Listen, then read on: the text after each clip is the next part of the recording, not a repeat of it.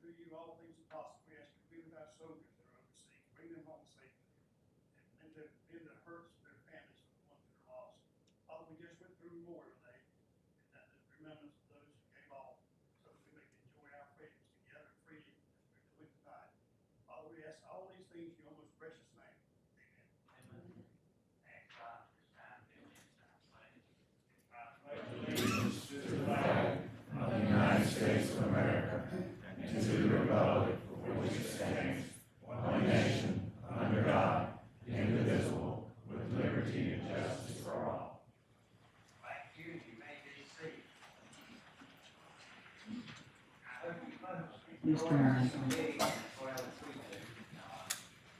Oh, maybe you can hear me now. That's right. I forgot to turn it on. But anyway, like I say, I hope you enjoy our new place as well as we do. And we're looking forward to filling it up many, many times. So we just invite you to keep coming back and bring and present us anything you need to present. And but like I say, we do appreciate each and every one of you coming here. And at this time, our Pender County Emergency Manager, Tommy Batson, is here, and he wants to speak to us a little bit. And he knows that the season is upon us, and so he's going to get busy here for too long.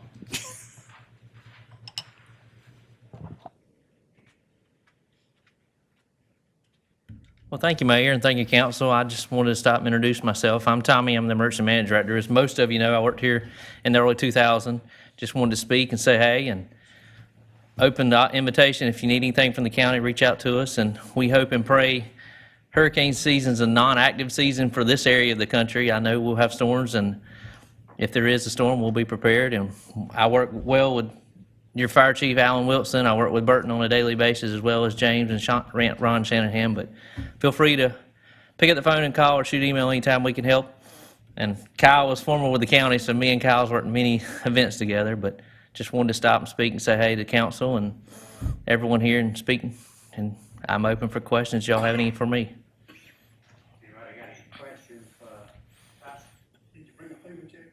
I do not have a FEMA check. I do not have a FEMA check. What about rain? Rain is on the way for the next couple of days, and I hope and pray we get enough rain that we can lift the burning ban. Good. But we don't want too much. We want to have a nice beach season.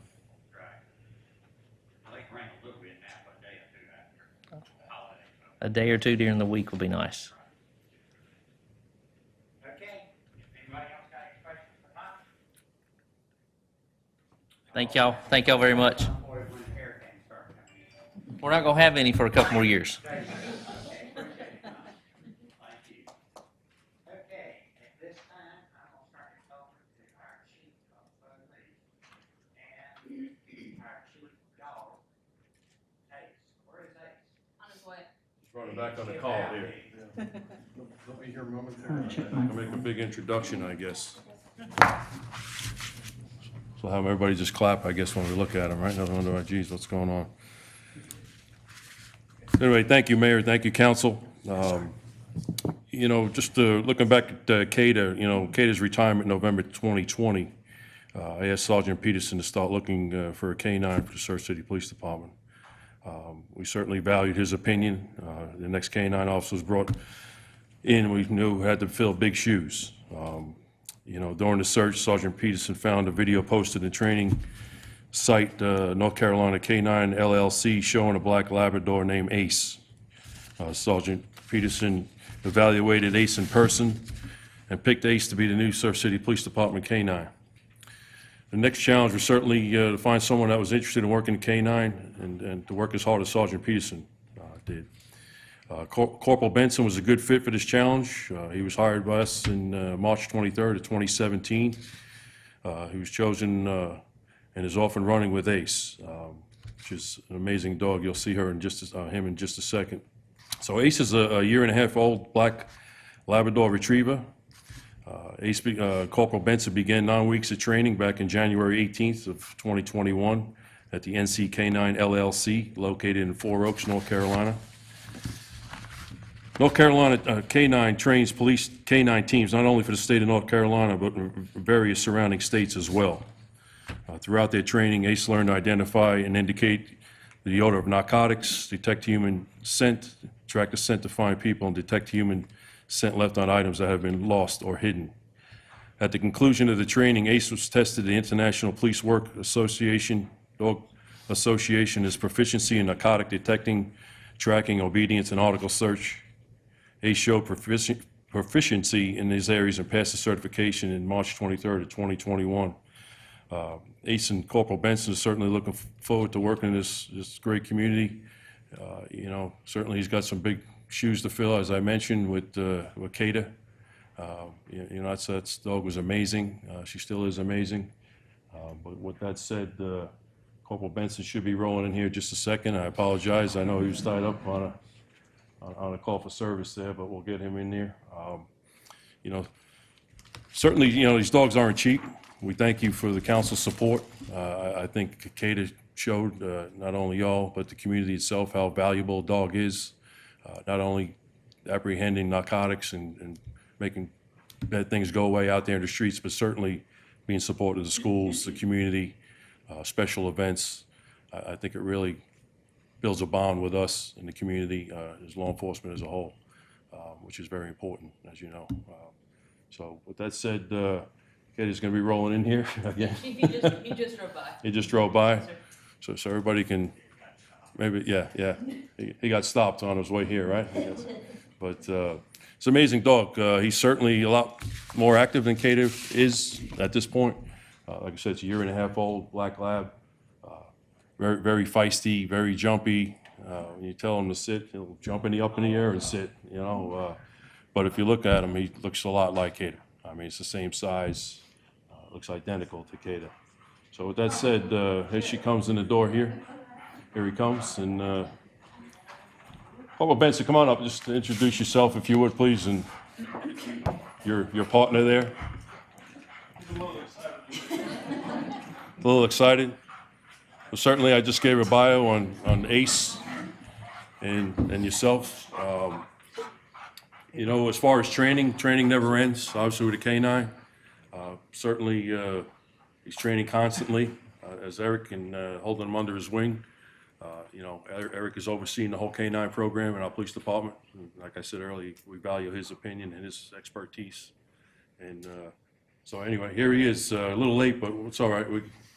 It was running through. But anyway, he'll stick around a little bit after the meeting. Anybody want to pet him and get him introduced? That'd be great. I'm sorry? Bring him up front.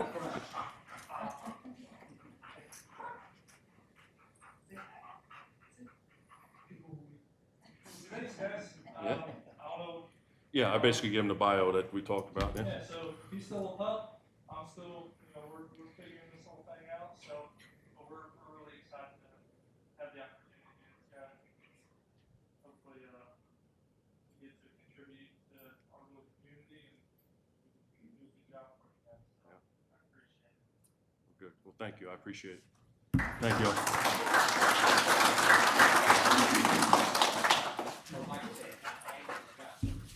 Yeah, just swing on back. Yeah, he does.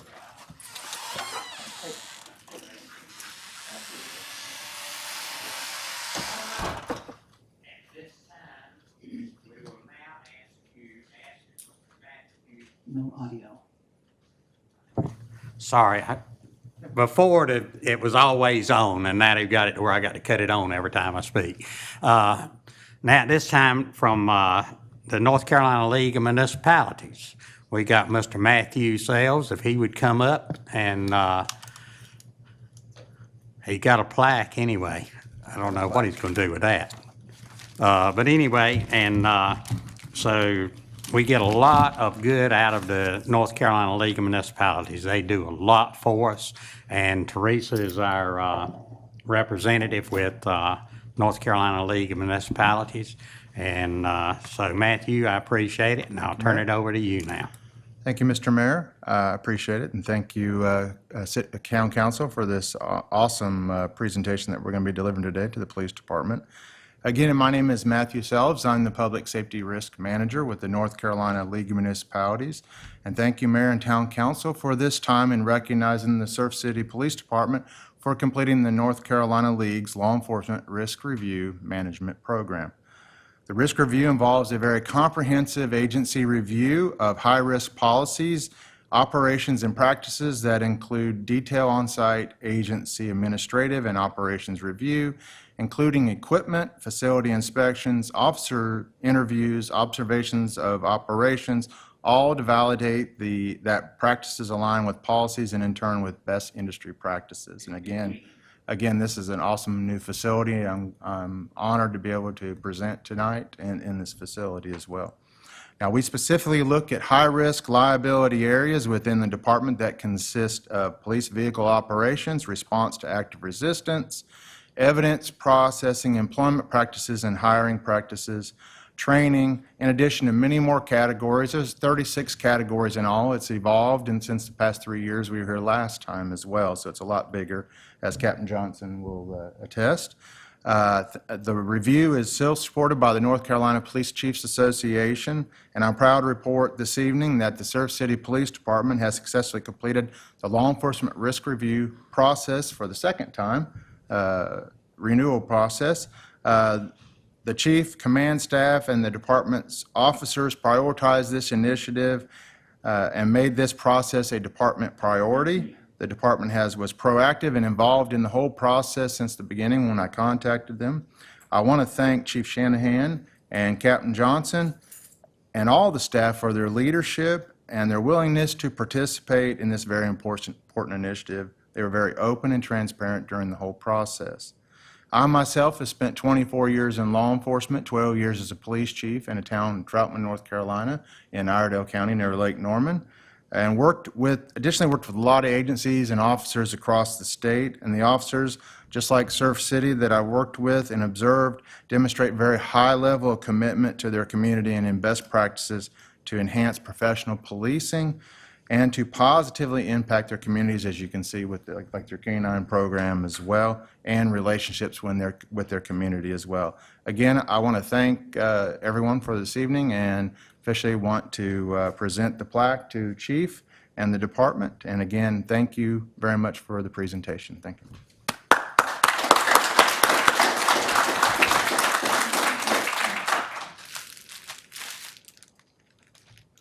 Again, this is a plaque is from the North Carolina League of Municipalities, recognizing the Surf City Police Department for completing the law enforcement risk management review and proactively serving the community in a professional manner, presented on this day, June 1st, 2021. Thank you. Thank you.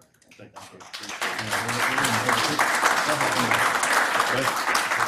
I'd like to take a picture with the council, if that's okay, real quick. Okay, great.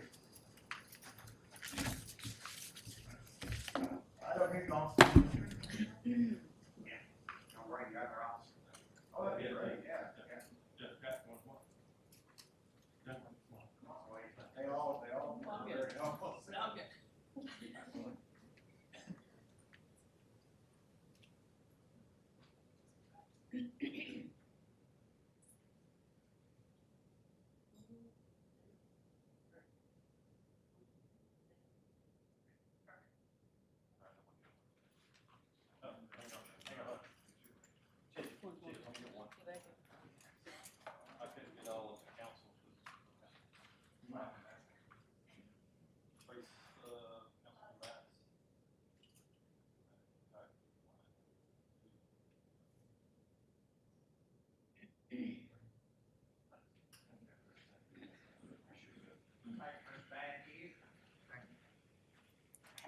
I certainly just wanted to say a couple of words about it, hey, Mayor.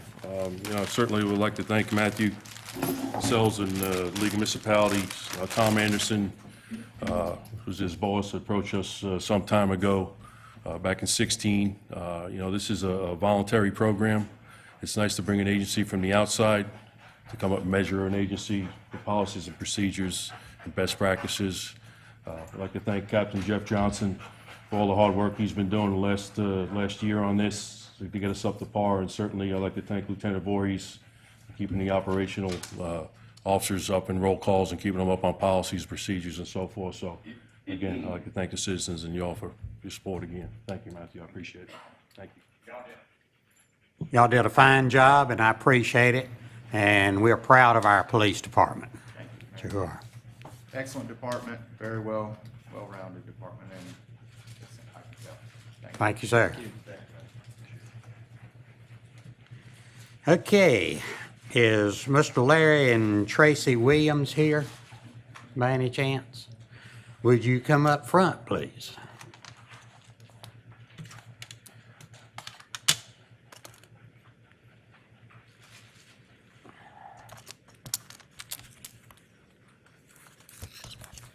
Okay, as you know, every month we give a certification to the home of the month and the business of the month. And Jeremy is our representative from the council for it. And these people worked hard, got their yard beautiful. It is nice. I like it. It was pretty. Of course, she might have done a lot. Did you come up with the design of it? I figured it. Yeah, I figured that.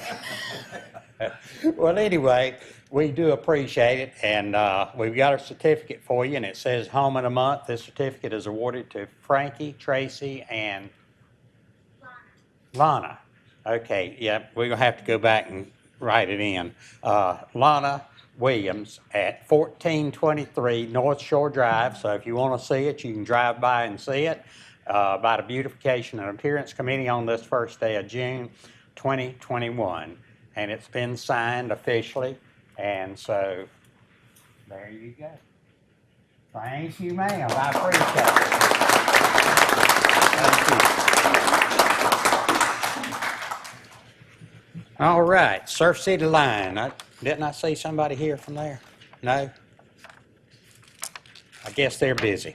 Surf City Line is a new restaurant that opened up at the Surf City Line on the north end, and and they've done a great job with the building and everything, and it is beautiful. So if you get a chance, go by there and check them out. It used to be Brass Pelican, but somebody else has brought it, and they've done a lot of renovation to it. They've got a deck out back. You can set up real high on a high deck there and look at the ocean while you're eating. So it's nice. And so on these nights when you got a good breeze, it is beautiful up there. Okie doke. So I'll pass this down and they can get it to them. All right. At this time, we ask that all attendants please cut your cell phone to silent or in the vibrate mode. Council Officer Pellick an opportunity to speak during the meeting. Comments should be limited to 3 minutes each and must be directly issue-oriented with an agenda item for this meeting or an issue upon which the council has control. Citizen speakers will be acknowledged in the order in which they signed up to speak and will address all comments to the board as a whole. Speakers will address the council from the speaker's podium, which is right over here. Excuse me. And discussion between the speakers and members of the audience will not be allowed. In accordance with the council's adopted rules of procedure, council shall reserve responses for, if any, for the council forum on the agenda. All righty. Do I have a motion for adoption of the agenda? I make a motion that we adopt the agenda. Do I have a second? I second that motion. Okay, thank you, sir. All in favor, raise your hand. Okay. We also approval of the consent agenda. If there's no other items to be added or deleted, then, I make a motion we approve it also. okay. I'll second. Okay. Motion made and second. All in favor, raise your hand.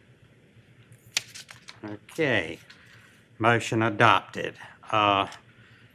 Okay. At this time, do we have any people signed up for public comment? We do. I'm waiting. We have one electronic comment that was brought in, and then we have some in person here as well. We'll start with what we have in person. First, we have a Mr. James Clinton of 1007 Firth Street.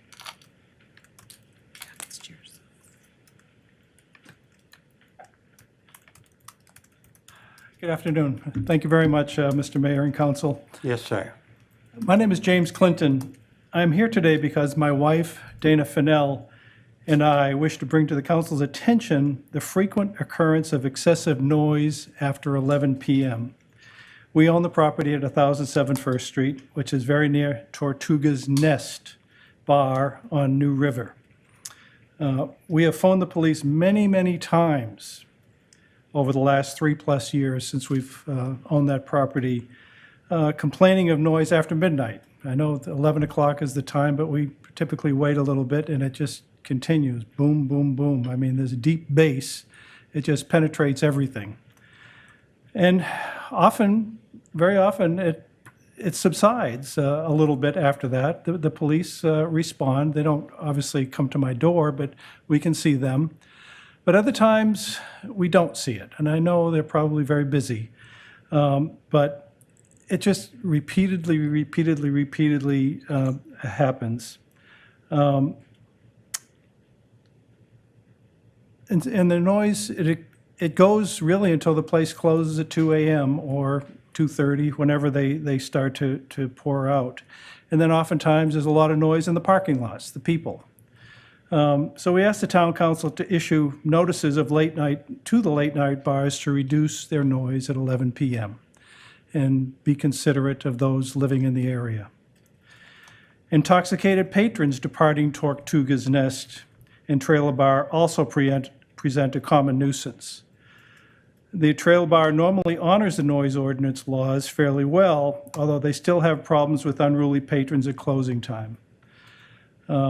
Many times when patrons depart these bars by vehicle or motorcycle, it's like watching and hearing a drag race event, only with intoxicated drivers. So I also request that the council work with the police to increase their presence around those bars at closing times to deter this clearly illegal behavior. Thank you for your time. Thank you. Next, we have a Miss Michelle DeLeon of 318 C-Star Circle. Good afternoon. My name is Michelle DeLeon, and I'm sorry, I'm That's all not right. used to public speaking, so y'all bear with me this afternoon. My comments are actually on the public right-of-way closure at 2100 North Shore Drive, so if I need to wait, I'm happy to wait. Yes, ma'am. You'll be able to speak in that public hearing. Okay, all right, thank you. Yes, ma'am.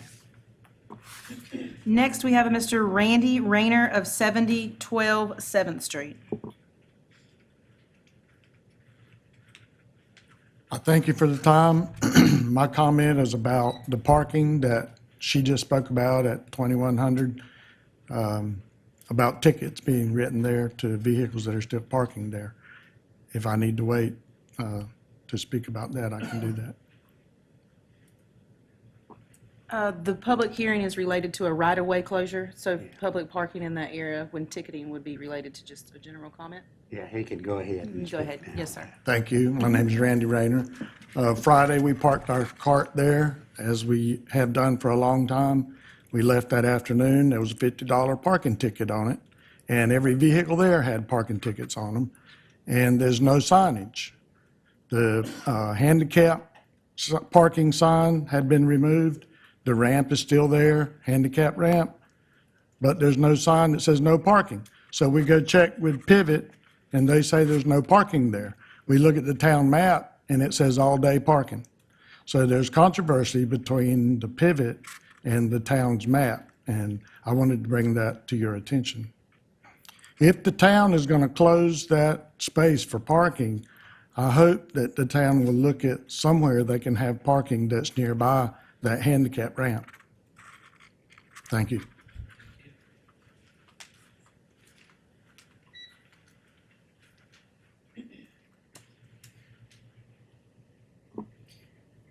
Next, we have Miss Wendy Russo of 1008 First Street. Hello, everybody. Thank you for the opportunity to speak. My name is Wendy Russo. I'm a full-time resident living at 1008 First Street in Surf City. My neighbors and I are having an ongoing problem with the enforcement of a noise ordinance. We have called on the owner of Tortuga's Nest, Angela Crane, and the police for help, but our pleas are being ignored. Tortuga's Nest consistently plays their music so loud that I can sing every word to every song while I'm in my house. And this is while my windows are closed, my blinds are drawn, my doors are closed. I go to the furthest spot that I possibly can away from there. However, unfortunately, I still get to hear it. I moved here last summer, and I was so happy to move here. This was like my forever, happily ever after. Like, I retired here. This is it for me. It's just me and my dog. Unfortunately, it seems to be turning into, for me, a nightmare. Last night, there was a fight in Tortuga's parking lot. Saturday night, there was a fight in Tortuga's parking lot. I called the police department multiple times when I had each occurrence of a problem at Tortuga's. Yesterday, they were billing that they were having midget wrestling. So after the other night of the issues that were happening, while all the patrons were leaving the property, cutting through my property, urinating on people's lawns, taking my Memorial Day flags down from my lawn and being incredibly disrespectful, the noise situation has now turned into a safety situation and a security risk. I live by myself with a dog. It's me and my dog. My concerns are now amplified to and elevated, to another level. My concern is, besides that I can't sleep until 3 o'clock on a Friday night and a Saturday night in the morning. Now it was Sunday night, it's a Memorial Day weekend, it's Monday, it's midget wrestling, it's the summer, so here we are. I have reached out to the police department, I can't even count how many times. Hands, toes, like beyond that, and it's just the beginning of the summer. But the noise is like beyond the problem now. Now I am nervous. Is somebody going to be on my front porch when they feel like they want to come on my porch? Is somebody going to be sitting in my driveway on my chairs that are very welcoming by my fire pit? I need the council and I need the police department to protect and serve us. Protect and serve all of us, not just the owner of the bar who told me when I tried to work it out with her at the beginning, that's just how it is and this is how we earn our money. Well, guess what, everybody?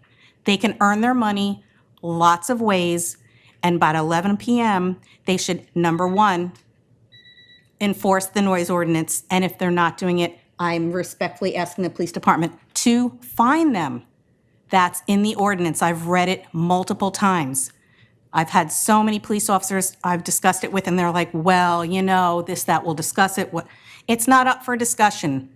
If there's an ordinance and it's not being enforced, I'm asking you to help us enforce it. And if there's a safety issue, which there now is, if we're having 2 fights the first weekend of the summer, I'm asking you to help us, please. I am scared. I just got here and I already want to leave.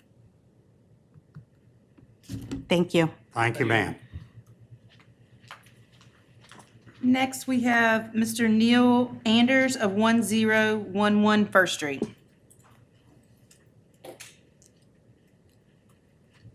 My name is Neil Anders.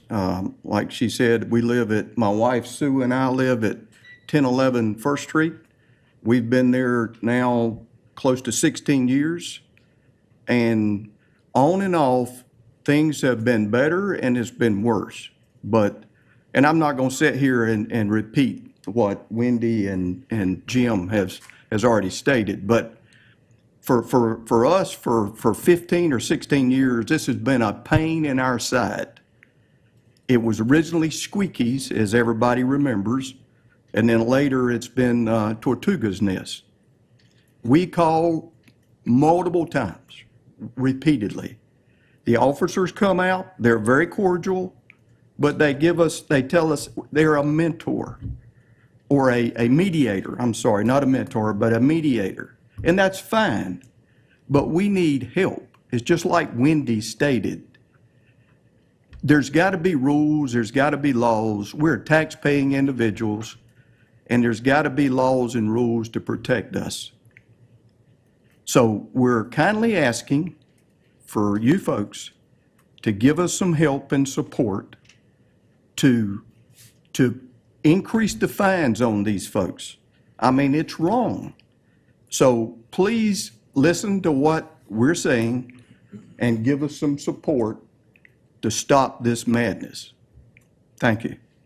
Thank you. Next, I apologize, we have a Mr. Rouse of 610 Roland Avenue. Oh, Mrs. Rouse, I apologize, I could not read your first name.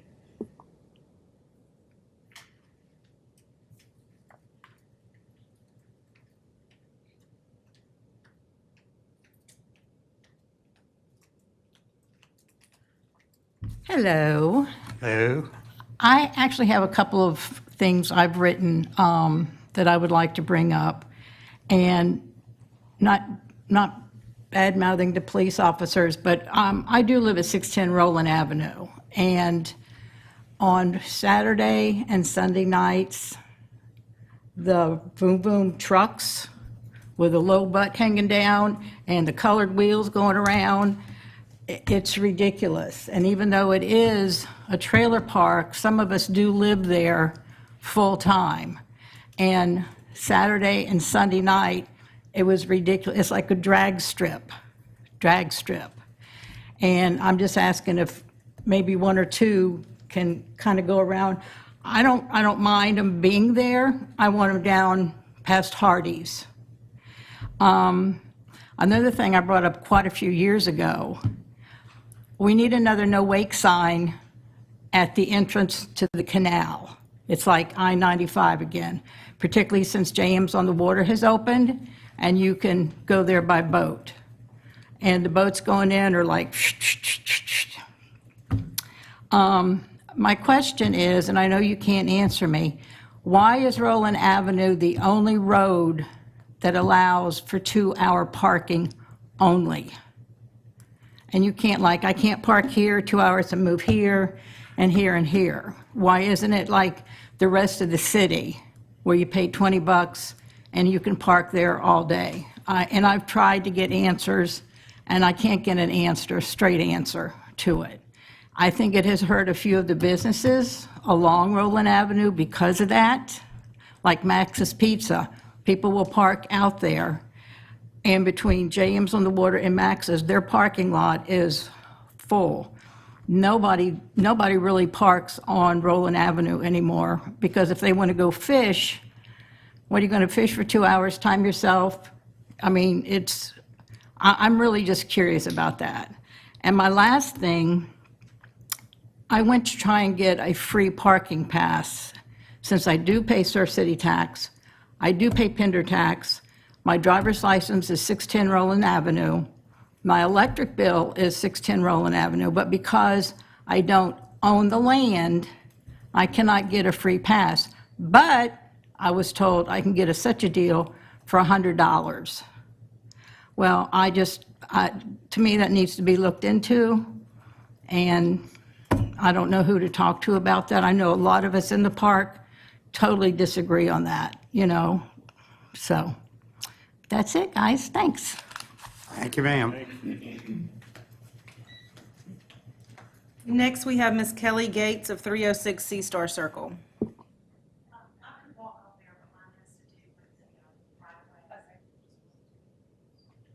I have two others that are at Sea Star Circle. Are they also to do with the public right-of-way closing? Perfect, we'll save y'all. And then we have one electronic call-in voice message for Mr. Lingle.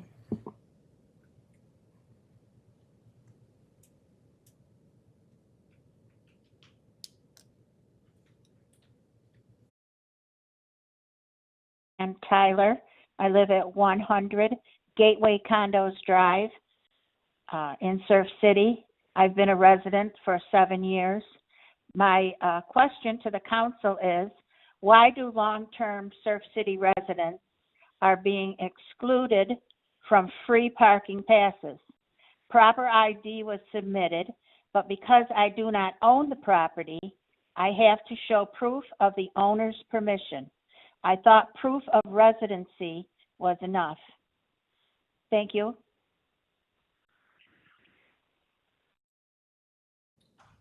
That is our final public comment for the evening. Thank you. All right. What do we need? Microphone. Oh, okay.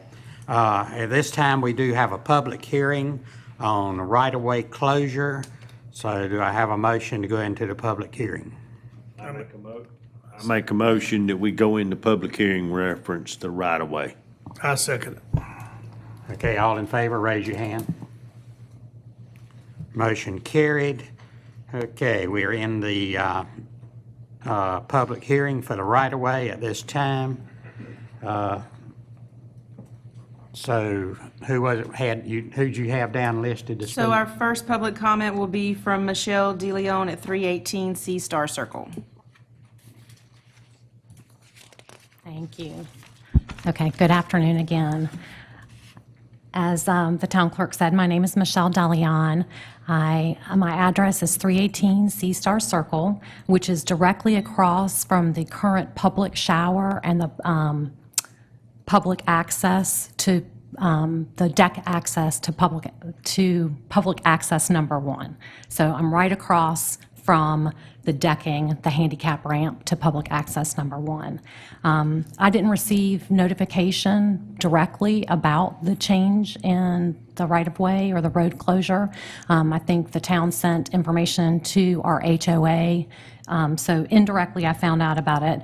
And I know this meeting is about the closure of the road directly in front of Mr. Peterson's property, his Airbnb, but I wanted to get a better understanding of the practical implications of closing the road, as well as the other plans for the property directly across from Mr. Peterson's Airbnb.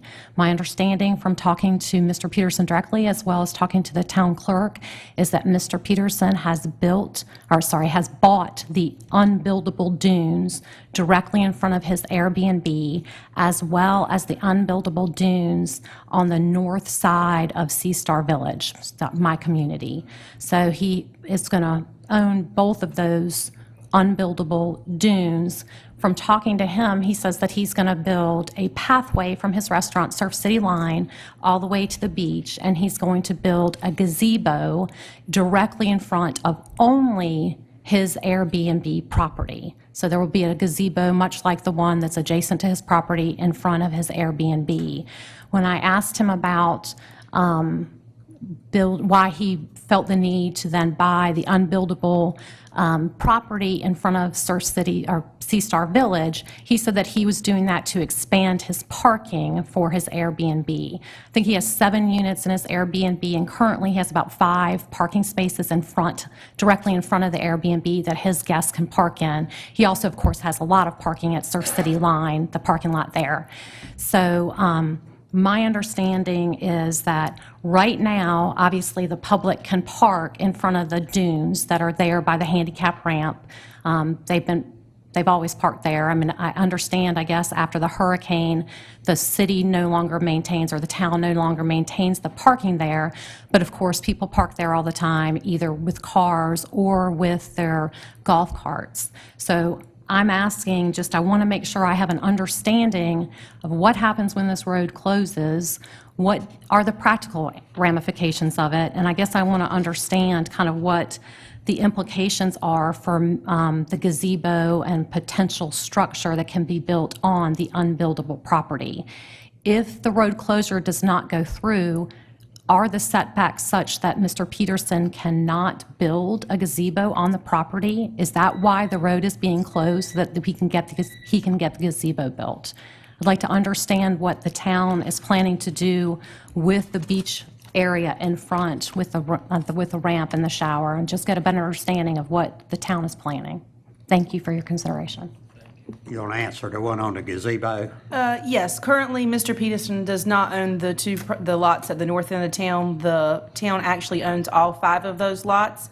Mr. Peterson has come forward with an offer to purchase on those lots. The town has not proceeded with that at this time. This public hearing is solely for the closure of the right-of-way for the last 2 lots in the 2100 block, and the parking, as the previous gentleman with us tonight stated, is no longer allowed there due to the Department of Environmental Quality.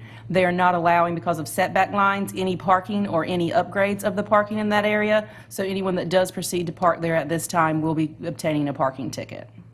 Okay, but there's, as the gentleman pointed out, there's no signage whatsoever, and so, I guess, again, I want to understand, Mr. Peterson has told me he's going to buy that. I understand that you all have accepted the offer, so I know it's just a matter of time, I guess, before Mr. Peterson owns that property, and I guess I just want to understand what is going to happen. If that public parking goes away, Mr. Peterson will be allowed to have parking there, and he'll be allowed to put a gazebo. I'm just trying to understand what will happen with this right-of-way. Mr. Peterson, if the council move forward with the offer to purchase with Mr. Peterson, he would then have to submit all of his plans to the Department of Environmental Quality and also to our Community Planning Department for approval before he can move forward with any non-habitable structure on an unbuildable lot.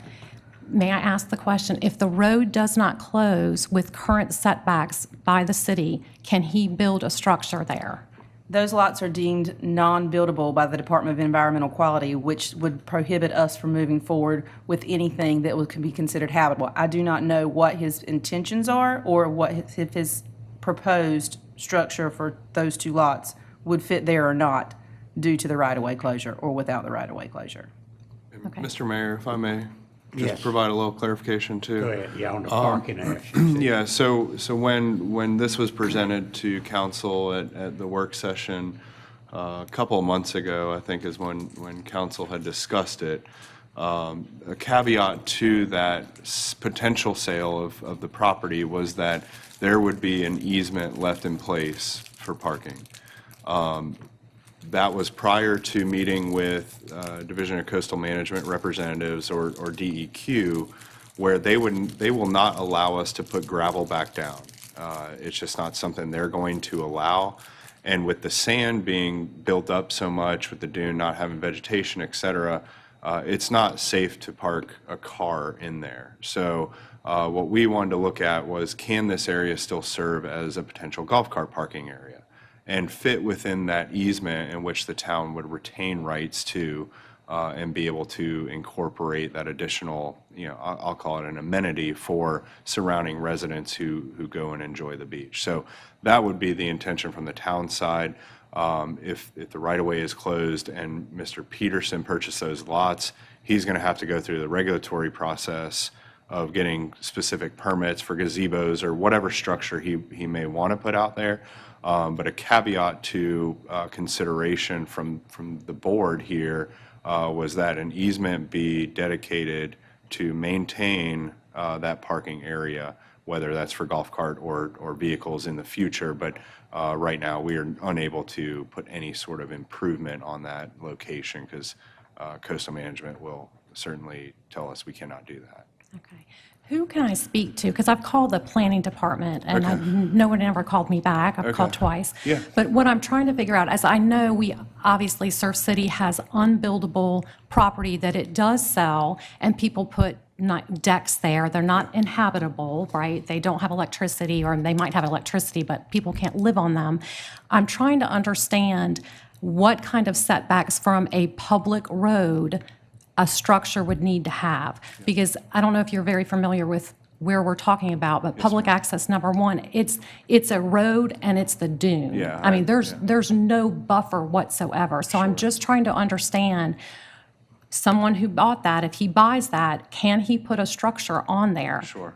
I will assure you that you will get a call tomorrow morning. I would appreciate it. Yes, ma'am. Is your phone number on the sign-in list? It is. Okay, Thank you good. very much. You're welcome.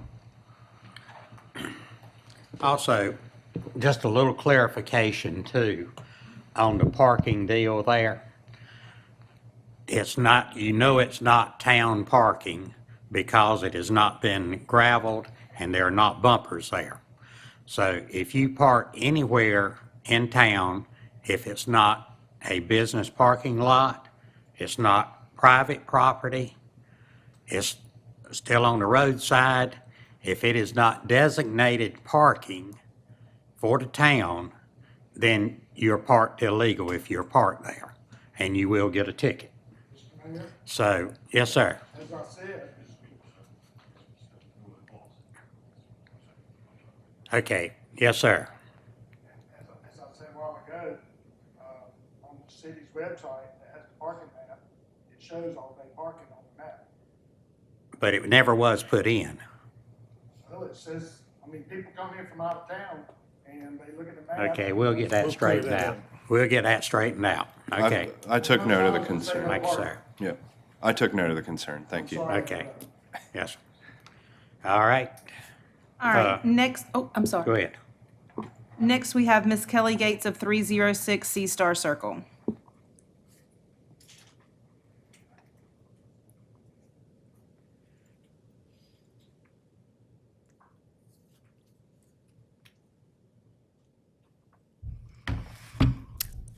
I'm a little intimidated to be in front of all of you. I think there's 3 less than a jury that could, condemn me of any crime. So to say that I'm intimidated would be an understatement. But, Mr. Mayor, I appreciate your very welcoming comments at the beginning. That did help decrease my anxiety. Yes, sir. So I do live at 306 Sea Star, and I think my concern and my reason for being here, I'm a very quiet person. You'll probably never see me again, but I just was notified of the intent to close the right of closure for the 21 block of North Shore.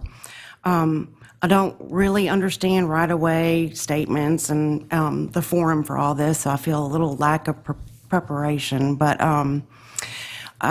I felt like I could have been more prepared if I'd had more notification of what the intent, or maybe even to understand what was going to be proposed tonight. So I do apologize for that, kind of talking off the cuff. And I actually am very glad I came tonight outside of that to listen to some of the other people who are living across from Tortugas, because that is my concern about the right-of-way closure, and that is, I understand it's not a parkable area, but I think, from people out of town, visitors and such that are looking for nightlife, to enhance their vacation memories, that they aren't necessarily going to know what's not private property or what's, prohibited parking. With that being said, I think, under the guise that people feel like sometimes it's okay to drink and drive a golf cart, we all know that's not okay, but, some people think there's some rationale behind that. So I think my concerns come from a safety, and as someone else pointed out, I myself currently have had property damage, urination on my property, damaged trash, cigarette butts, everything, people using it as a thoroughfare. And my concern is that that will increase. I've actually, because we've lived there 7 years, seen a lot of the dune disintegrate. So, of course, I worry about people traipsing over the dunes. And I know there's a $500 fine. But the actuality is you can't call the police because they can't get there in time. And if you confront the people, they will rest assuredly cuss you out every way till Sunday. So I think there is like a safety issue when you do try to protect your property and the property of the beach. So that would be my voice. Thank you for listening. Thank you, ma'am.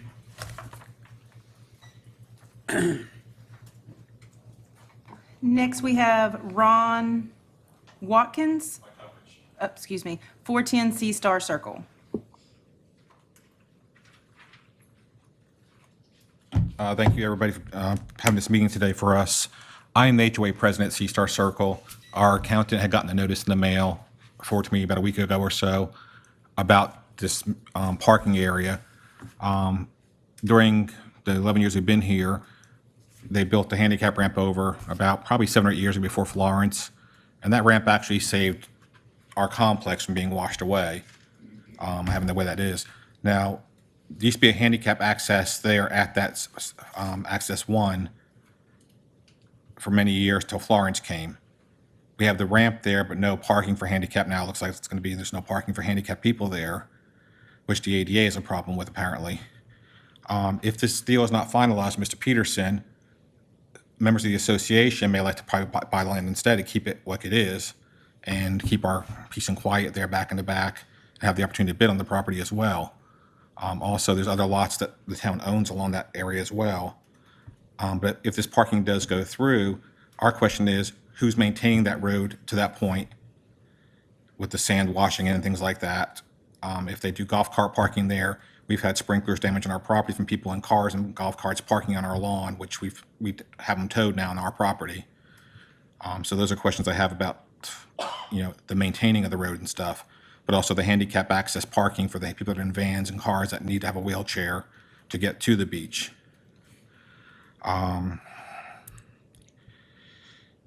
Let's see. As far as if he does purchase the property, is there going to be a public hearing on what he wants to put there? As far as for building structures or comments for that point?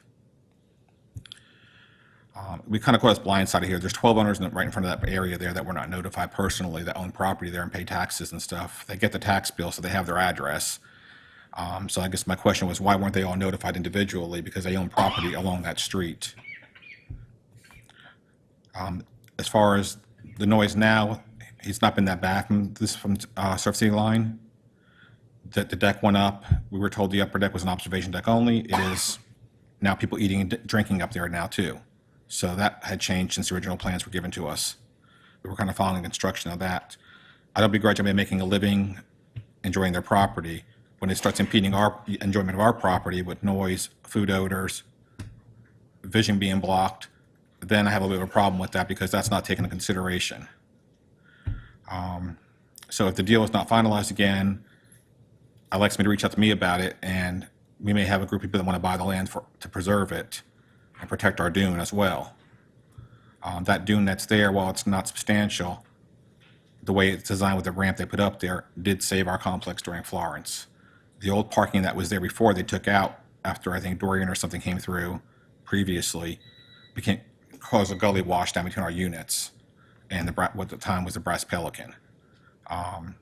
So our main thing is enjoyment of our property, safety of our property during hurricanes, and also the other question is who's going to maintain this area once this may happen, and who's going to enforce the golf carts not parking in people's land as far as that goes too. We have a towing service that comes through now, but it was a constant battle with people parking on our grass and stuff there.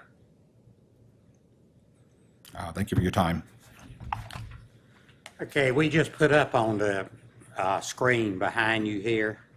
I know you got to turn around and look at it, but the portion that, is there one up there too? Thank you, David. I didn't even realize there was one up there. But anyway, the red square is the portion that he's talking about, we're talking about closing. So it doesn't really close the street in front of you all's place. And is that what you understood, or did you think it was all the property, or what? You know, there's always a rumor mill. Do what? There's always a rumor mill going around.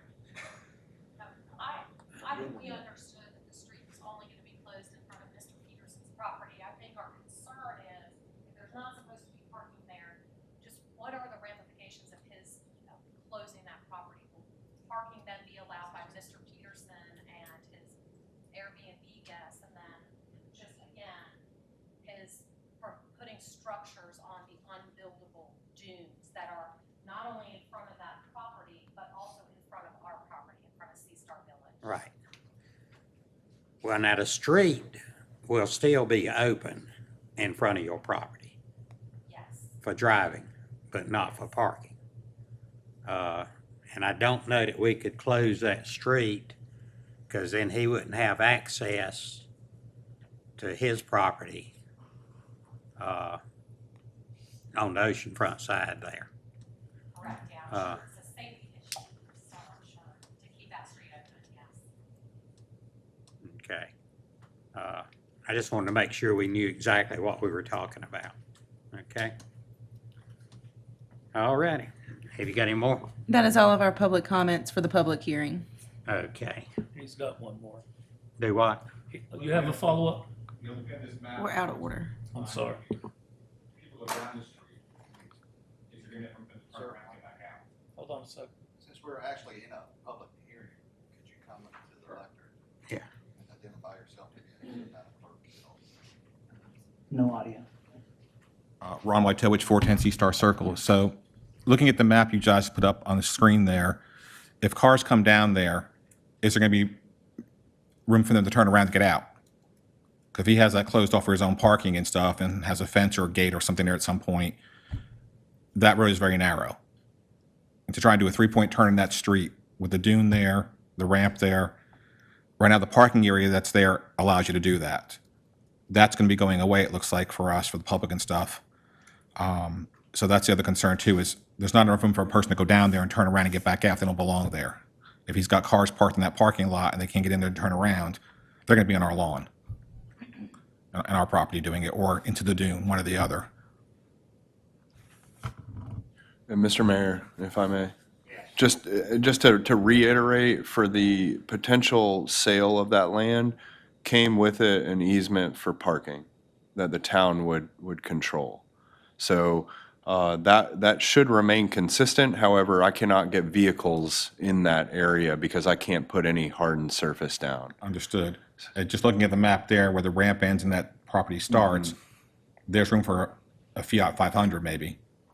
Yeah, very, very, very minimal. That we would. I think it's more important to have handicap parking there, if nothing else, for that ramp.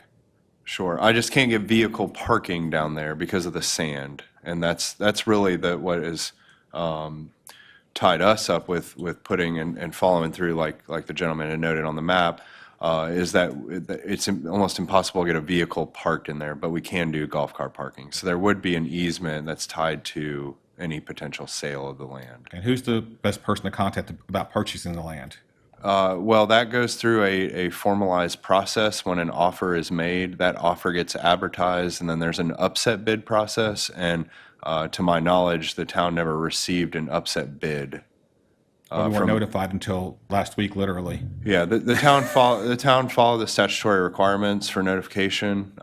So, putting that in a newspaper, putting it on the agenda, the council has been talking about it for a couple of months. Okay. And then my assumption is that the adjacent property notification, since the condo units are internal to that HOA. Well, they're not condos or townhomes, to be simple. Excuse my terminology, but they're internal to that land, so the actual adjoining property owner probably goes back to the HOA and not the individual townhome units. Okay, because you have 12 individual owners here. Yeah. And that was an oversight maybe, but we want to have an opportunity to look at this property potentially for ourselves.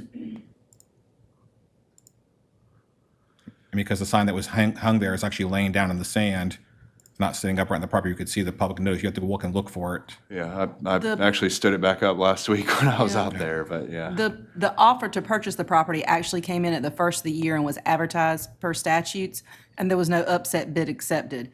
The council did not move forward with the offer to purchase at this time. They have the right to reject, and then we moved forward with the right-of-way closure. So the right-of-way closure required notification to the surrounding property, and it also required that the property be posted. So can we still put a bid in for the property, is my question. That hasn't been accepted. Right now, they have, that would be a question for the legal counsel that I'm.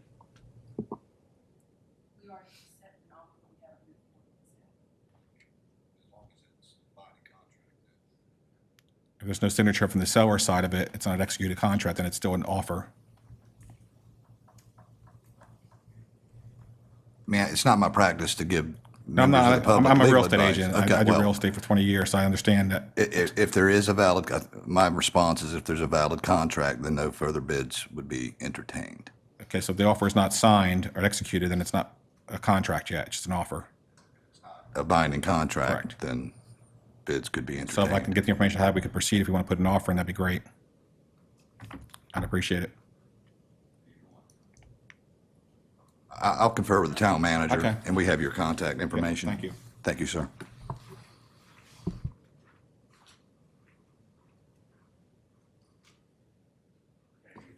I have one for 408 Sea Star Circle, but it appears as if it may or may not have been marked through. Okay, we're good. We're good to go then. Thank you very much.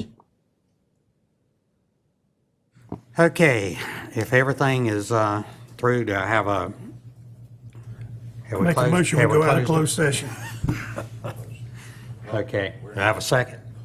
Do what? Motion to close the public hearing. That's what he just did.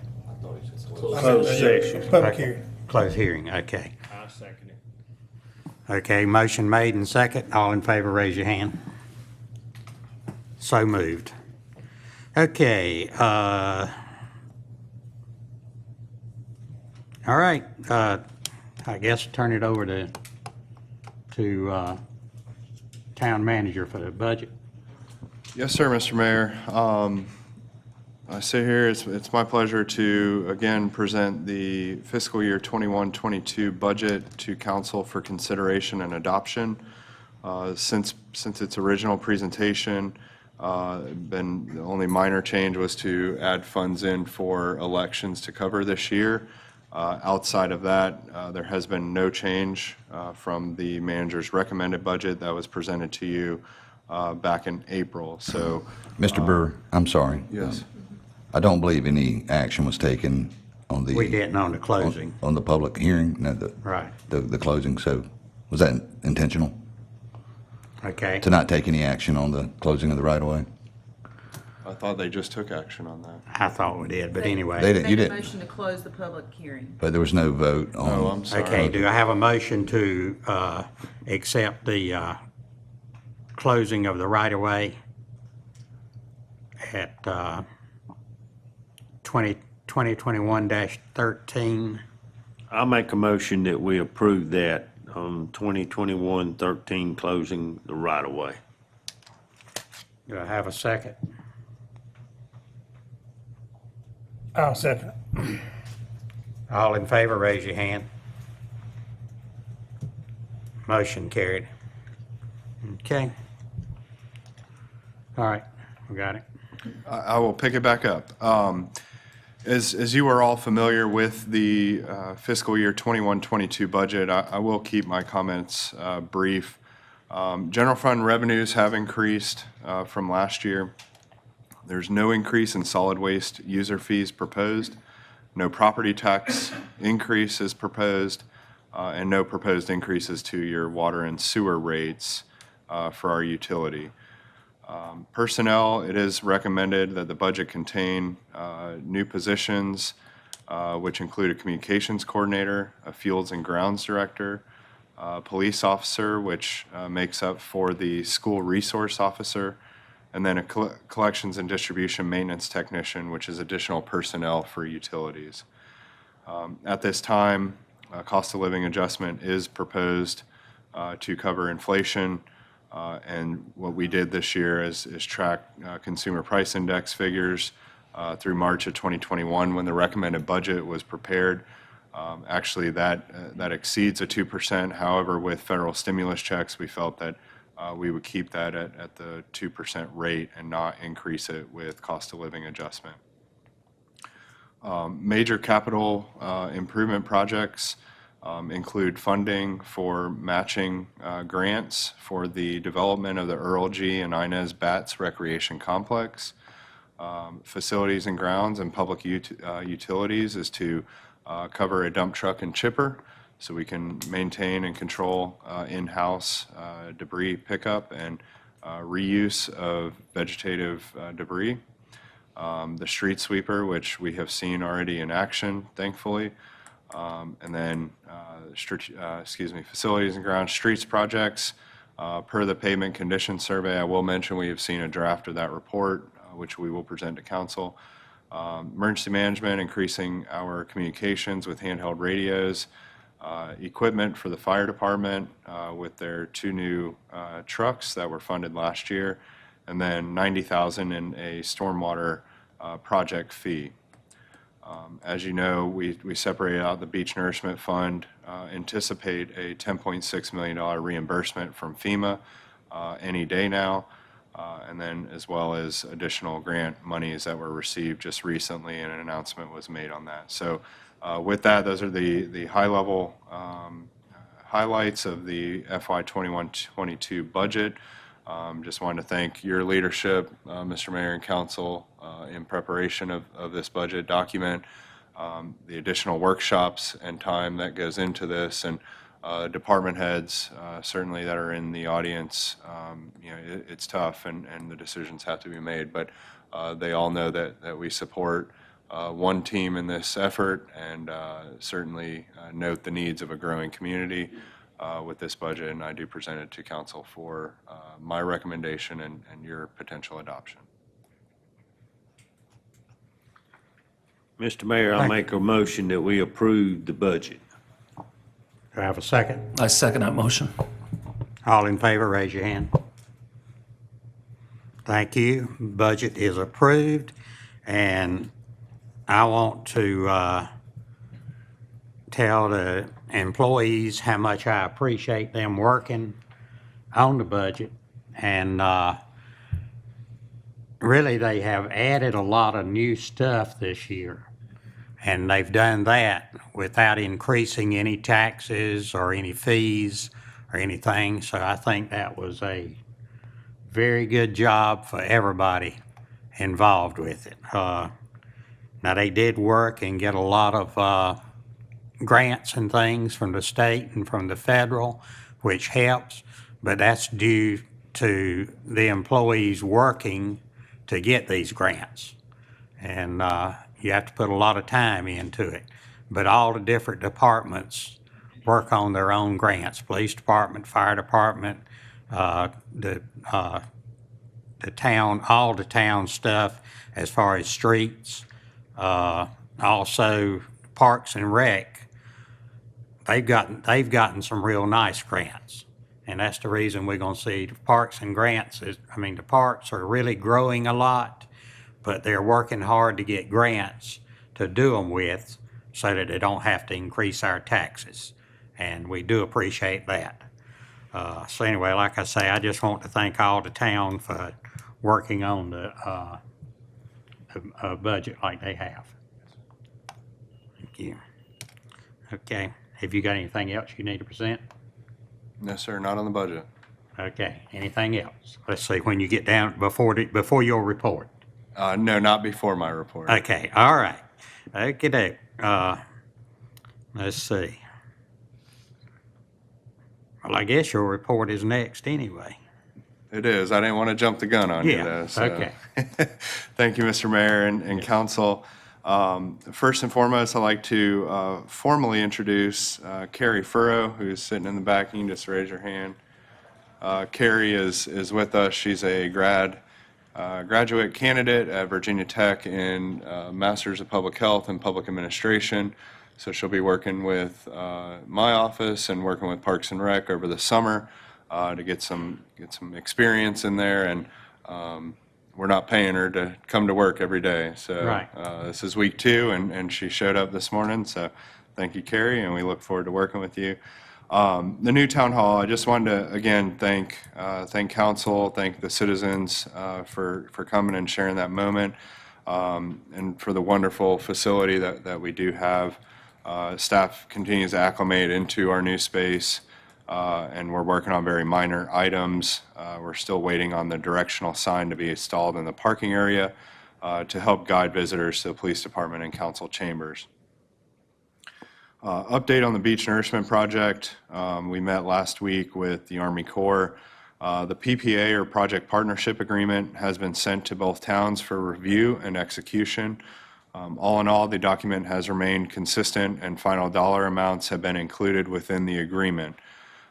Through analysis, Surf City has approximately 50 parcels that will not be eligible for federal funding simply due to their undeveloped or eroded classification. This makes up approximately 8 to 9% of the overall length of the project in Surf City. Conversely, there's approximately 20 to 21% of North Topsail Beach that will not qualify for federal funding, or approximately 70 parcels. Excuse me. We're doing some calculations to determine how this may impact the interlocal agreement, with cost responsibilities being based on lineal foot of project area. The PPA, or again, Project Partnership Agreement, cost estimates were derived from the developed and undeveloped properties that were contained in that letter report. Also, in regard to the letter report, it was documented that the town had met its obligation on the total number of parking spaces to meet the recreational requirements of 785 total throughout town. The report documents 803. We will work to meet the distance requirement prior to phase 1 of the project going to contract.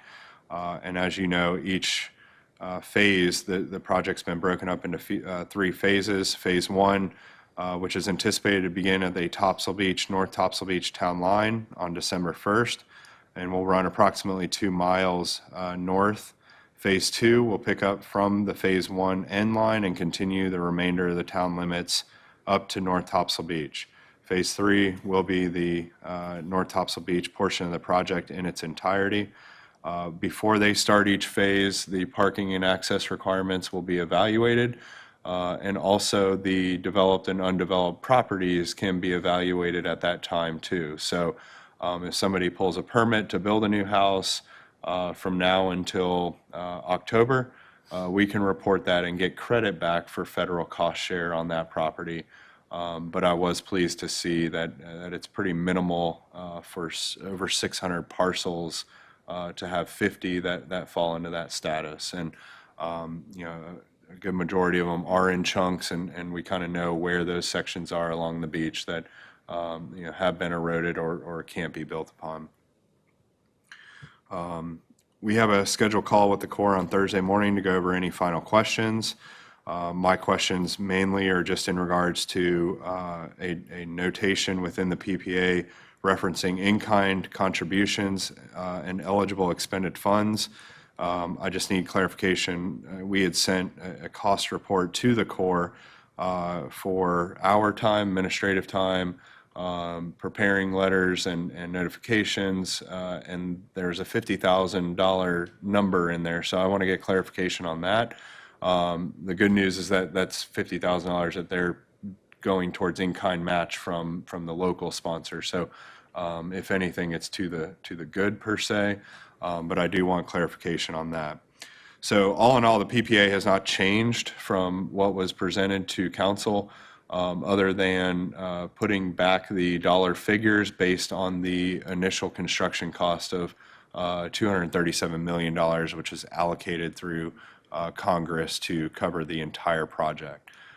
So again, that's 65% federal funding, 35% local funding, but that 35-65 match gets a little bit of adjustment based on, as I was mentioning, the developed and undeveloped properties. So there is a plus or minus factor based on that 8% that I had reported earlier. And we'll try to work to get those down if we possibly can, but we'll build into our cycle and our process notifications coming from community development if a permit is pulled, because we want to know about that immediately and be able to report that to the Corps. Also, just want to let council know that we'll hold a Beach Nourishment Committee meeting tomorrow at 10 a.m. here.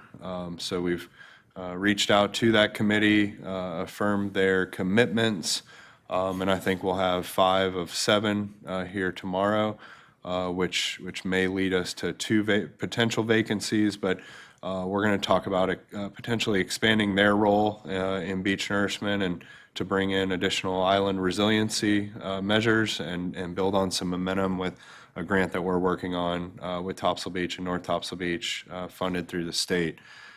So we look forward to working with them tomorrow and catching them back up to speed and redefining their roles if necessary, if that's something that they feel like they need to do.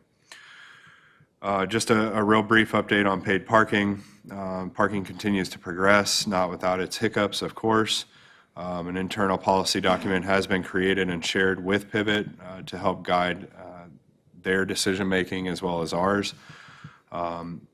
As sort of indicated earlier, last week we were able to locate an additional 50 or so parking spaces to add to the overall capacity to be used in the form of golf cart parking. We were getting some feedback on that, and is there areas in which we could find little spaces to add those in, and looks like we'll be able to add about 55 to the overall parking capacity.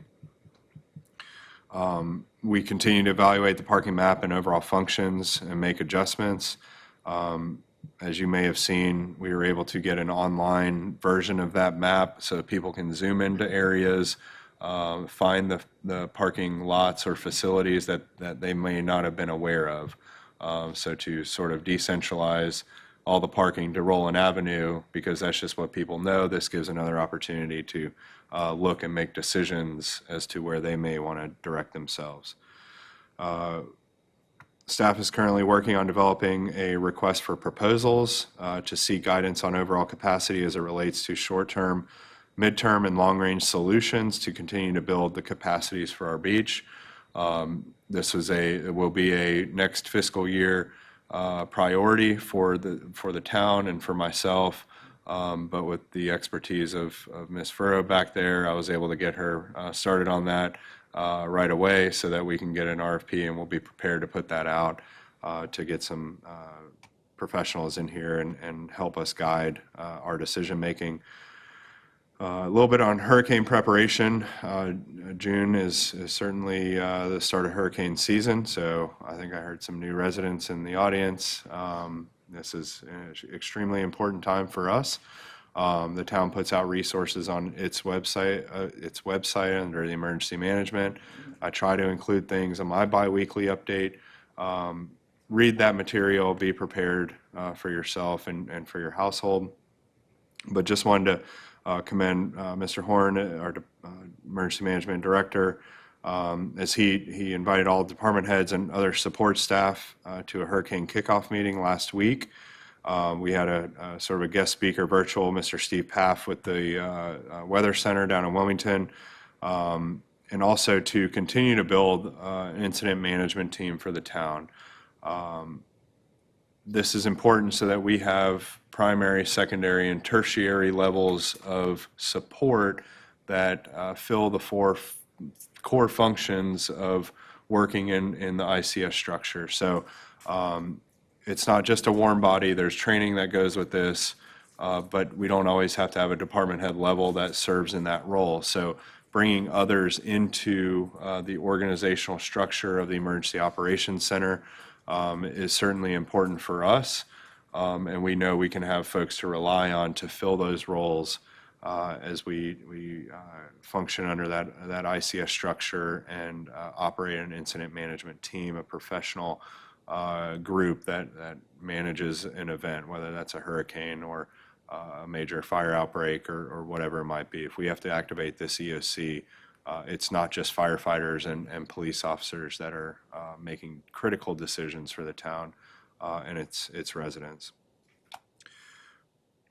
Also, the town received reimbursement from FEMA pertaining to Hurricane Isaias in the amount of approximately $30,000. So we are seeing money back for overtime and equipment usage. And Mr. Horn and Finance Director, Mr. McColl, worked hard to get the money back to us. If we don't document these expenses, we don't receive money back. So it's always important and always something that they know I will always push for. And it was also a topic of our conversation last week, and that FEMA demands a centralized procurement method during EOC activation. So it's not that the fire department can't go purchase food for the fire station and police department can't purchase food for the police officers if they're working different shifts or hours. It's just they want to see that the purchase was vetted through that centralized finance structure working in an EOC. So it was good to kind of bridge that subject and again, trying to get everybody on the same page. Unfortunately, Friday before the Memorial Day weekend, I was made aware that we had an issue over at Station 25 with some sewer backup. Chief Wilson, I don't know if I don't think Chief's here, but he was right on it and got all the guys to come back to the station that were available to help take out furniture and desks and equipment. And to get a professional restoration company in as soon as possible to minimize damages. So he's handling that process, has already been in conversations with the insurance. They don't go through the league on their stuff. They have a separate insurance provider for fire departments. So they've already been notified and are part of that process. So hopefully we can get a speedy recovery and back up. I shared a couple of pictures. Met with Chief Wilson this morning. They did a good job at cleaning everything up. Unfortunately, some of the water got into the drywall, so they're going to have to cut out about 18 inches or so of that drywall to sort of isolate the damages. Just a real quick reminder, with the Economic Resilience Project, that report. If you do have any comments on it, just let me know and I can get it finalized. And then we'll look forward to working with our community partners and offering this as a tool who have a stake in economic development for Surf City and for our region. And lastly, utilities. We met with USDA about 2 weeks ago to talk about preliminary financing for any potential upcoming capital projects.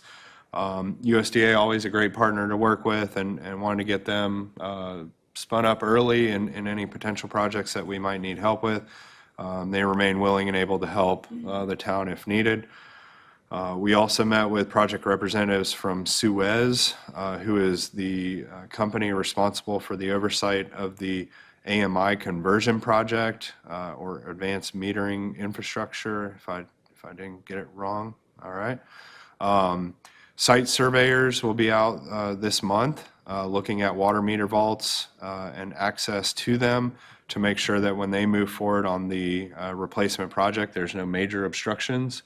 Again, there's individuals in the audience that, if you have things around your water meter or that vault, make sure those things are cleared out, or they're going to have to be cleared out because the town's going to be replacing water meters as part of our cycle process. They haven't been replaced in 10 to 15 years. So that's going to be a pretty major undertaking, and we continue to talk with utilities department staff as well as our community development staff. Is there an opportunity to look at right-of-way cleanup? And we can do as much coordination as possible, building off of the information that we put out to the public on the importance of keeping those right-of-ways clean. And we'll get them acclimated and hopefully offer a smoother process. But those are the highlights that I have for you, Mr. Mayor. Of course, council, if you have any questions, I'll be more than happy to try to answer those.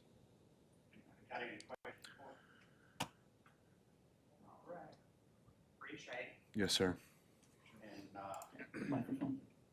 Okay, well, now we'll go to council forum, and we'll start off with Mr. Torres. All right.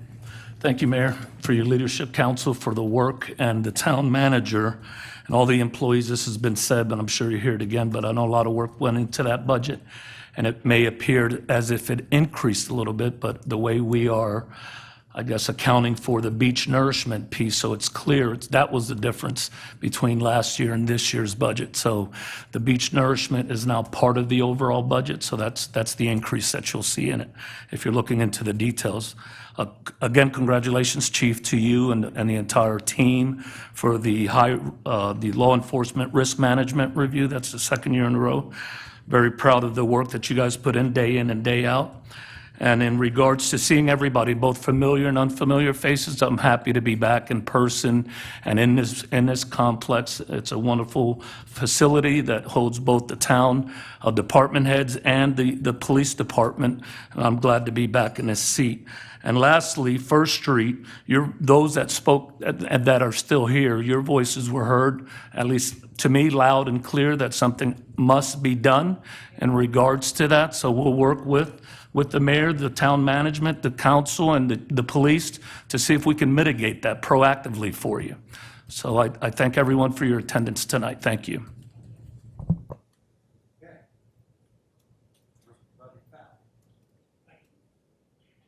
Thank you, Mayor. I had to remember to come. We'll have to get used to matching that, but. I have some of the same comments that Dwight made, but just ditto most of the things he said. On the budget, the biggest thing about the budget I think all of you are interested in is there's no tax increase. Even though the beach renourishment is figured in there and all that, what you want to hear is we've done all of this without increasing the taxes. And that's the hats off to our town manager and the council members up here for doing a great job being frugal with your money and trying to get the biggest bang out of the buck. And I think they've done that. A lot of the questions, that come up, you can find some of the answers on our town website. It is surfcity.gov, I believe it is. And you can go to any department. If you have a question concerning the streets, concerning water, concerning sewer, or if you're not sure where your question needs to go, then put it on our town manager's desk. He'll direct you where you need to go, or he'll get the answer for you.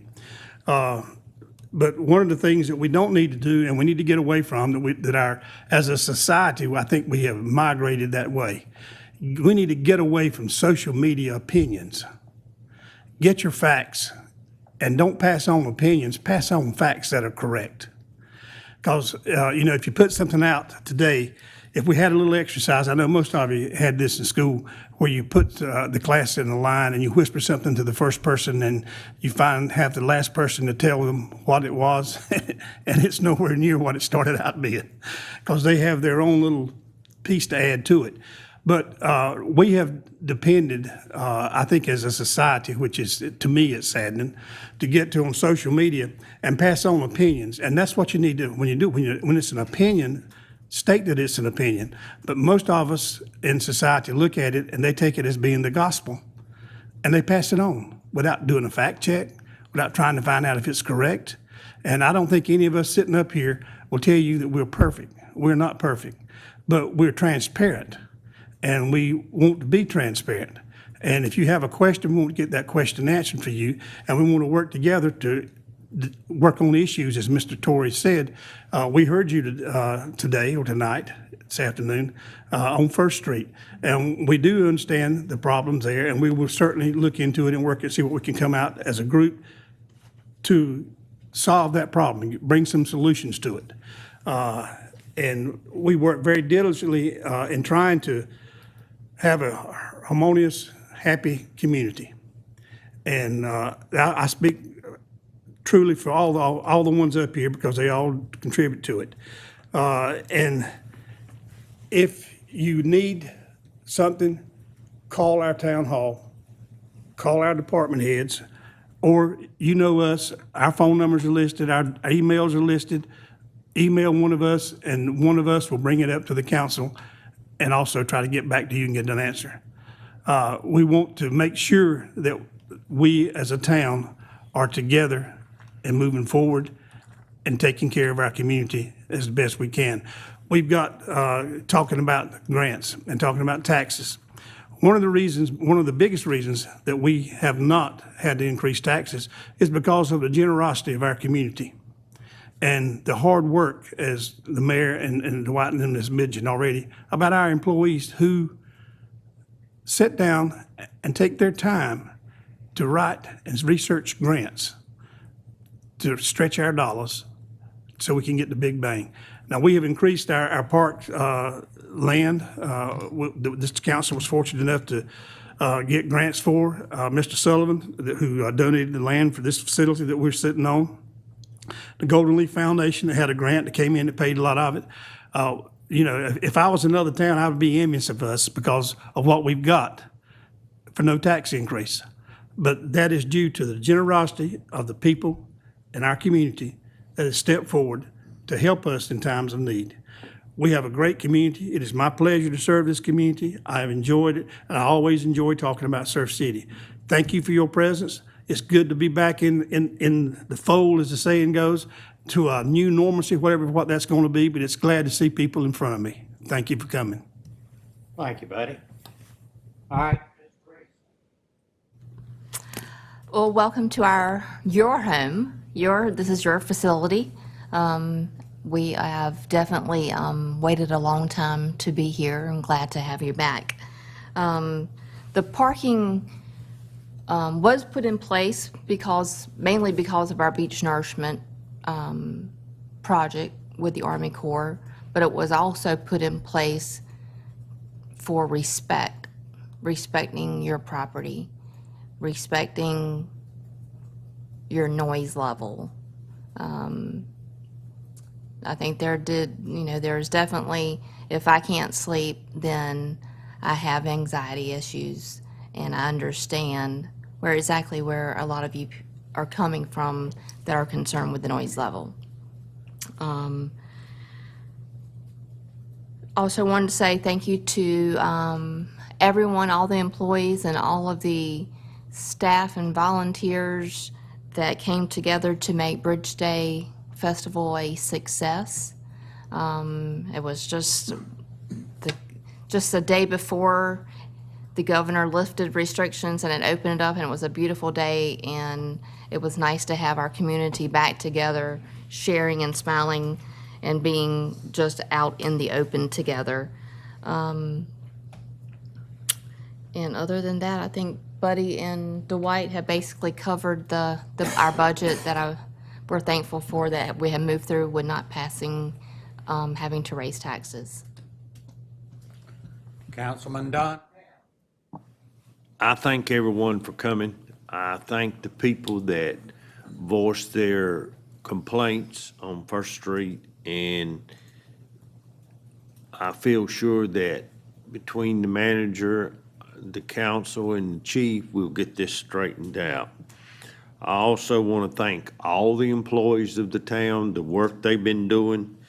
You got a new building. I say, y'all, you've got a new building. It's not ours, it's yours. It's the town taxpayers' building, and it's a beautiful building.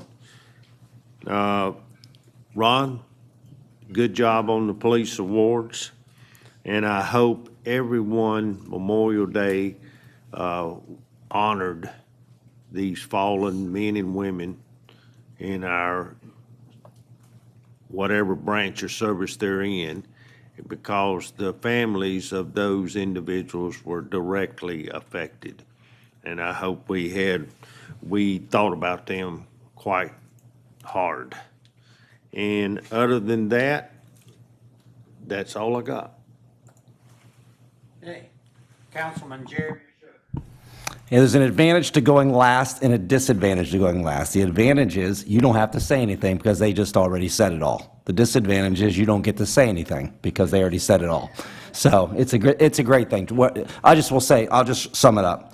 Your comments and your concerns are never dismissed or unheard. Remember that. That's what this council does. They address those issues. So thank you all for being here. Mr. Mayor, thank you. Appreciate it. Really covered it up, but I'll call on you first next time. Yeah. No. Okay, I appreciate all that the council said, and they, like I say, they probably covered just about everything I know of that we could cover. But once again, I appreciate you folks being here. I really enjoy this new place. And, you know, if we think about it, and I know we don't want to have any hurricanes, but when we do have hurricanes, we all get together and we always come back stronger. And we come back better than we were before the hurricane.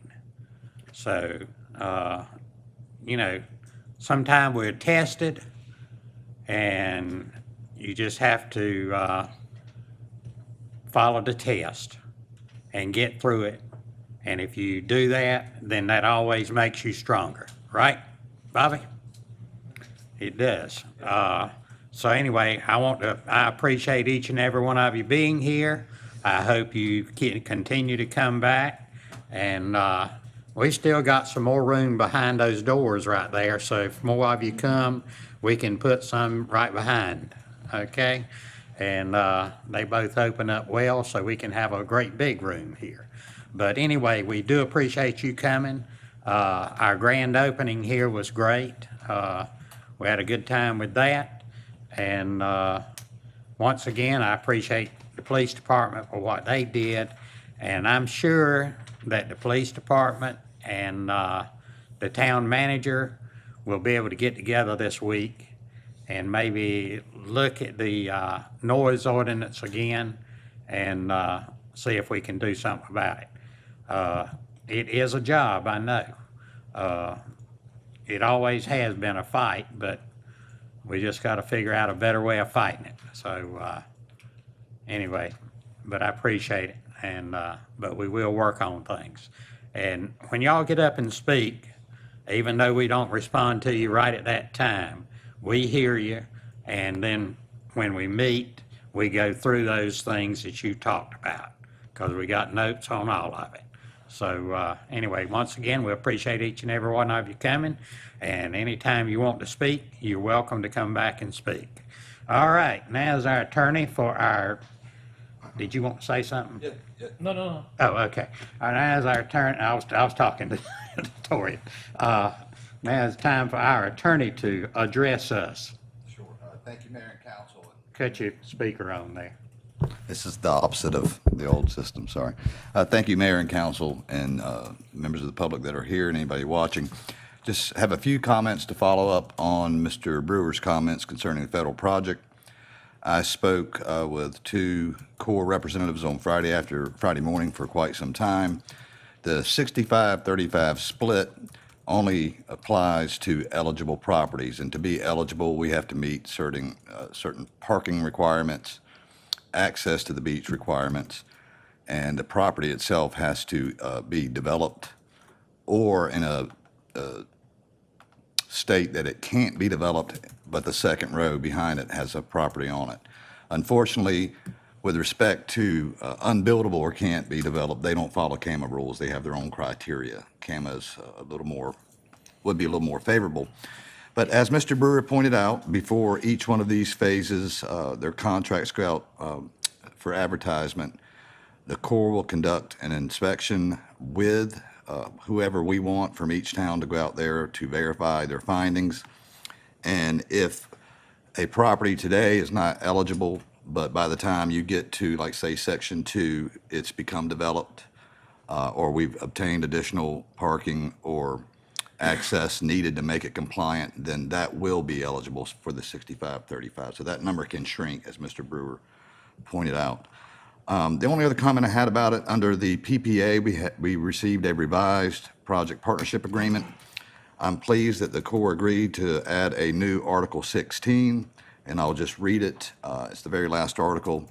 It reads as follows: "Nothing herein shall constitute nor be deemed to constitute an obligation of future appropriations by the Surf City Town Council or the North Topsail Beach Board of Aldermen, where creating such an obligation would be in violation of Article 5, Section 7 of the North Carolina Constitution or North Carolina General Statute 159-8. And I won't get into the nuances of those two pieces of law, but essentially, under the North Carolina Constitution, a municipality can only spend money in accordance with law.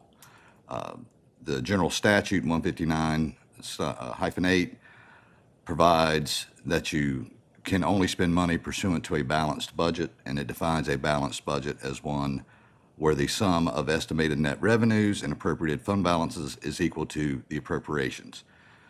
There has been a lot of discussions in our biweekly meetings with the Corps over the last year and concerns, what if down the road, for whatever reason, we don't have the funds for that nourishment cycle? This article essentially allows us to move from that cycle to the next cycle when we do have the money, both towns. So I think that's a safeguard, given the length of time this project covers, that certainly will help us going forward and minimize our potential liability. And that's all I have. Thank you. Thank you. And talking about PPA, we are prepared to sign our PPA this week. And hopefully North Topsail Beach.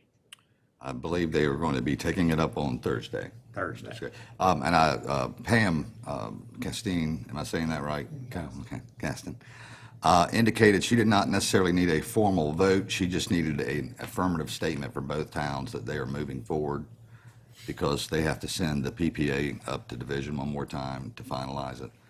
So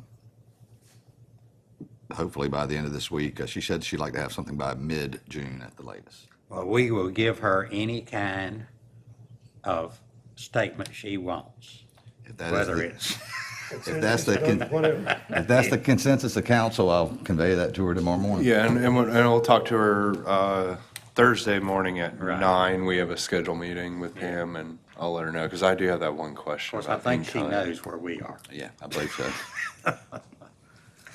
Okey-doke. And then if you're late, the town clerk gives you the broken chair. That's this right. This one doesn't. It does. So all actions have effects. Thank you, Mayor and Council.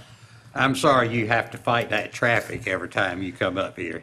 Cal and I have a plan. We're going to have lunch and have a staff meeting on the council meeting days, so. There you go, you already be here then. Yes, sir, because I can't, that traffic is unpredictable, and this time of year especially, it's something else. But Yeah. I know all of you know what it is to have to come back from Wilmington late in the afternoon, right? And come through that Hampstead traffic. But anyway, okay, has anybody else got anything for the good of the town? I make a motion, we adjourn. Okay, that's a good one. Anybody, have we got I'll a second? second it. You got a second? All in favor? Raise your hand. Now we're through. Thank you, folks, once again. It's good Y'all to see come our back. pastors here tonight. Thank you for being here.